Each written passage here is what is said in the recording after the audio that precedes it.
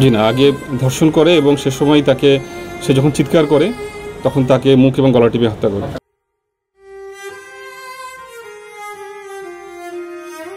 9 বছরের ছোট্ট শিশু ঝুমুর যখন স্কুল শেষ করে বাড়িতে ফিরছিল তাকে ধানি জমিতে নিয়ে গিয়ে ধর্ষণ করা হয়, যাতে চিৎকার করতে না পারে সেই জন্য তার মুখটি চেপেই মেরে ফেলা হয়। শুধু তাই নয়, মনের খায়েশ মেটানোর পর তার কানের দুলটি ছিঁড়ে নিয়ে পালিয়ে যান মফিজ। কি নিষ্ঠুর, কি নির্মম অত্যাচার! এই ধরনের ঘটনা বলতে গেলে চোখের পানি কিছুতেই ধরে রাখতে পারি না। ঘটনাটি জানার পরে মনটি অনেক বেশি খারাপ হয়ে গিয়েছে। একটা মানুষ কিভাবে এই ধরনের কাজ করতে পারে? আসলে যখন মানুষ তার মনুষ্যত্ব হারিয়ে পশুর থেকেও নিকৃষ্ট হয়ে যায় তখনই এ ধরনের কাজ করতে পারে। 9টি বছর বাবা মা ভালোবেসে ঝুমুরকে হয়তো মফিজের জন্যই তৈরি করেছিল। মফিজ হয়তো এমনটি চিন্তা করেছে। এই ধরনের ঘটনা কেন ঘটে? আল্লাহ তাআলা মানুষের ঈমান, মানুষের হেদায়েত বাড়িয়ে দেন। এই ধরনের কাজ, এই ধরনের মানুষ যেন চিন্তাও করতে না পারে। যাই হোক, ঘটনাটি আপনাদের খোলাসা করে বলছি। গত সোমবারের ঘটনা। 29 এপ্রিল সোনালী শিশু বিদ্যানিকেতন কিন্ডারগার্টেন স্কুল ছুটির পর বাড়ি ফেরার পথে ঝুমুরকে সড়কের পাশে ফসলি জমিতে নিয়ে ধর্ষণের পর হত্যা করা হয়। সে ওই স্কুলের 3য় শ্রেণীর ছাত্রী ছিল এবং খেলপাড়া গ্রামের প্রবাসী জাকির হোসেনের মেয়ে। বিকেল 3টায় খেলপাড়া এলাকায় একটি ধানের জমিতে শিশুটির মরদেহ দেখতে পান স্থানীয় লোকজন।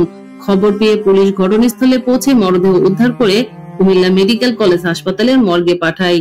হ্যাঁ, কুমিল্লা সদর দক্ষিণে চাঞ্চল্যকর স্কুল ছাত্রী তাফরিন সুলতানা ঝুমুরকে ধর্ষণের পর হত্যার ঘটনায় অভিযুক্ত ধর্ষক মফিজুল ইসলাম প্রকাশ ওরফে মফুকে, যার বয়স 38 বছর, তাকে গ্রেফতার করেছে র‍্যাব।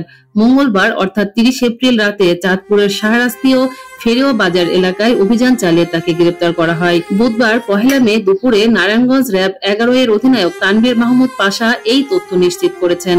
গ্রেফতার মফিজুল ইসলাম মফু কুমিল্লা সদর দক্ষিণ উপজেলার খিলপাড়া গ্রামের আব্দুল খালেকের ছেলে। র‍্যাব জানিয়েছেন, শিশুকে ধর্ষণের পর নৃশংসভাবে হত্যার ঘটনা জানার পর গোয়েন্দা নজরদারি ও তথ্য প্রযুক্তির সহায়তায় র‍্যাব 11 একটি বিশেষ অভিযান পরিচালনা করে।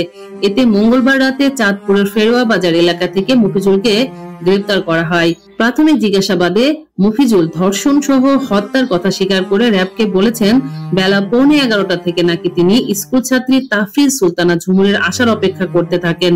এক পর্যায়ে ঝুমুর বাসায় ফেরার পথে কৌশলে রাস্তার পাশের ধানি জমিতে নিয়ে গিয়ে ধর্ষণ করেন।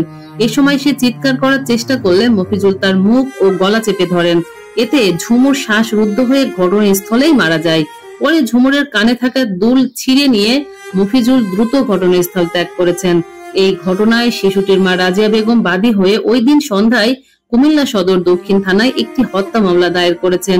অবশ্যই আমরা ফাঁসির দাবি করছি এবং সেই সাথে আরো বেশি দাবি করছি এ ধরনের ঘটনা যেন আর কারোর সঙ্গেই না ঘটে। এই ধরনের ঘটনা খুবই মর্মান্তিক, খুবই ঘৃণিত, খুবই পশুত্বের থেকেও খারাপ ঘটনা। আল্লাহ তাআলা সকলকে তার ঈমান শক্তি, তার হেদায়েত শক্তি, তার মনুষ্যত্ব শক্তি বাড়িয়ে দেন। সবাই ভালো থাকবেন, সুস্থ থাকবেন। আপনারা আপনাদের বাচ্চাদের প্রতি খেয়াল রাখবেন। আমার পরিবার বাচ্চার জন্য দোয়া করবেন। আল্লাহ হাফেজ। আসসালামু আলাইকুম।